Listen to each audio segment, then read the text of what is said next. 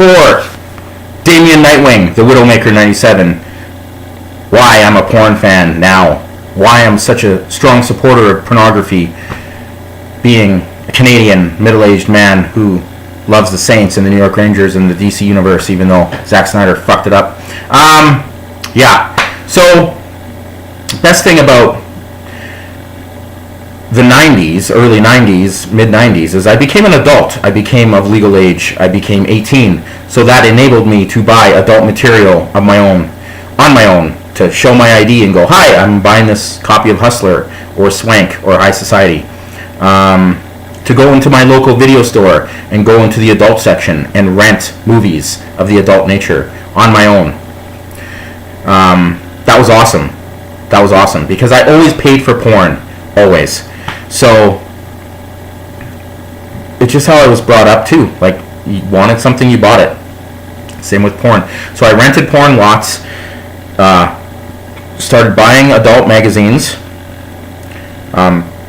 collecting them, learning about things, learning about the porn industry, the history, finding out they had awards and stuff like that. And the 90s were a crazy time.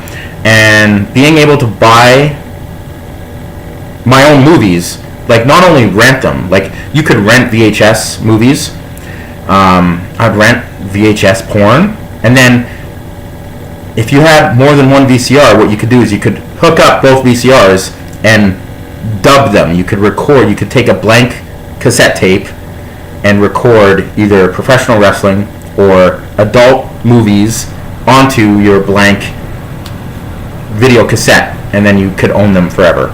So I did that quite often. I established a pretty massive VHS collection of pornography. Some of it I still own, believe it or not, after all these years. I still have a working VCR in my room, and I still have one put away just in case. Just in case. Because when you spend that much money, just like on VHS movies, especially in the late 80s, early 90s, like, how many copies of Star Wars do I own? Like, geez, like, you know, I might never watch them again, but it's nice to know that if I ever wanted to, I could.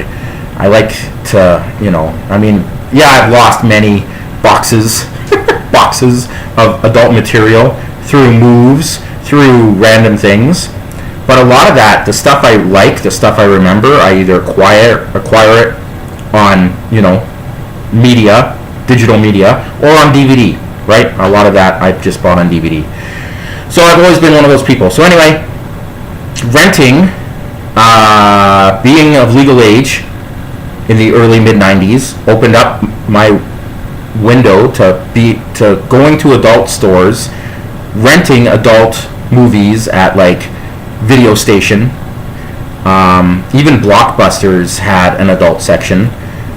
So it was awesome. I could go into a video store, I could rent, you know, so say 94. So I could rent Waterworld, I could rent SummerSlam 93, and then I could rent an Ashland Gear VHS movie. That was good times. I was living the life. Oh yeah. So, and this, like, getting into relationships, dating, being a young teenager, porn always helped me because I learned moves, I learned techniques in adult films that I could use in my personal, everyday social experiences with girlfriends, learning how to have sex, engaging in sexual activities.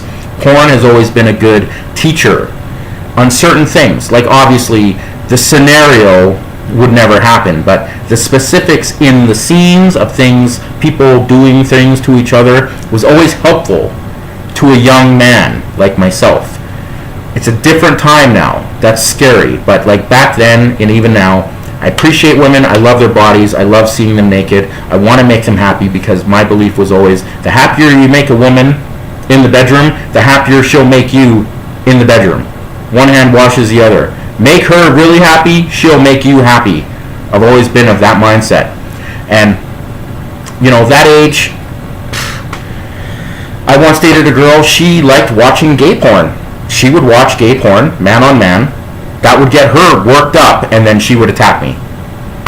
I haven't dated a lot of women over the years that were very into porn. I have dated a few that liked watching it. that enjoyed it, got off on it, but most of the women I've dated weren't a big fan. And when I dated women who weren't into it, I didn't watch it.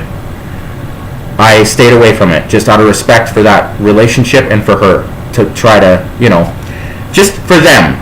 A lot of it's insecurities. A lot of it's like, why are you wasting that energy, sexual energy, on that when you could be using your sexual energy on her, me, you know what I mean?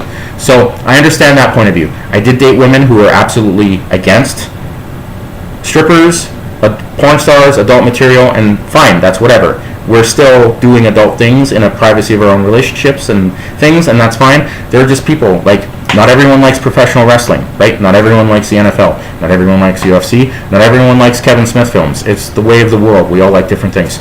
So I've always tried to respect that, but as I get older, I'm finding more that the women I'm dating or being friends with benefits now are more open-minded to, oh, let's watch one of your porn DVDs or kind of thing, or let's do what they're doing. And then I'm like, well, I gotta find 3 other friends and a whole bunch of flashlights. Anyway, so the 90s. So I'm a big porn fan, porn collector. Just going to show you some movies from the 90s, early 2000s that I think you should own, you should watch. These are all PC covers, no nudity. They're all friendly covers. Nothing to Hide, Justine. It's a series, 1, 2, and 3. 1, Roxanne Blaze, holy cow. One of my favorite porn stars of all time. She was my number 1 for years and years. Ashlyn Gear. My number 1, Ashlyn Gear. And then some woman named Kendra Luss came along. But Ashlyn Gear, boom, realities, it's like a best of, and then Chameleon, she did the sequel. One of the greatest, hottest women to ever make porn, one of the greatest actresses to ever make porn. She even did some mainstream stuff in the X-Files. Yeah. And then I bring up Chameleons, too, not the sequel. The original Chameleons. John Leslie, obviously, may he rest in peace. Tori Wells, the Chameleon. Whew. Whew. This movie, still, going into 2019, this is sexual fire in your hands. And Tori Wells, whew. Tori Wells, man.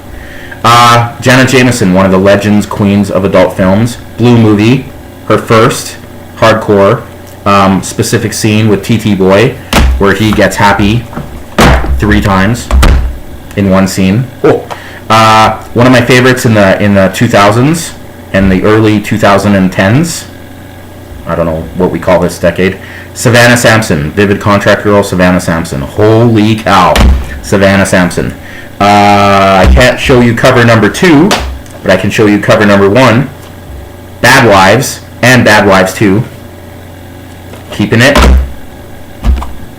There's a woman, I can't show you the cover, in the late 80s. Her name was Angela Barron. She only did porn for a little while, like a year maybe. She did RoboFox 2.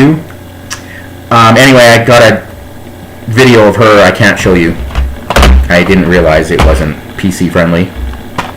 Devin Lane, she wasn't around a long time in the mid-early 2000s. She was hot, super hot, wicked. Cool. I like a certain type of women. Really nice asses, really pretty feet, sexy feet. I have a foot fetish. That's a whole other issue. That's another video. Stacey Valentine, again, one of my top of all time. Stacey Valentine, Devil and Miss Jones 6. And then classic 80s porn that I still enjoy. PC covers, so don't yell at me. I like to watch. Yeah, so aside from that one DVD I can't show you, I've always bought porn. I've always enjoyed porn. I like the history of porn. I can still watch old porn movies and enjoy them in happy alone time. 20 plus years, I'm still a vanilla guy. I don't need crazy stuff. My sexual appetite is still the same. I like the old-fashioned scenario for the most part. You know, maybe throw in some blackmail, maybe throw in a buddy, maybe throw in, woman's in debt, whatever. Anyway, that's what I like. This is the end of video 4. Tell a friend, subscribe, like, comment. Thank you for watching my history of being a porn fan, trying to educate people. Cheers.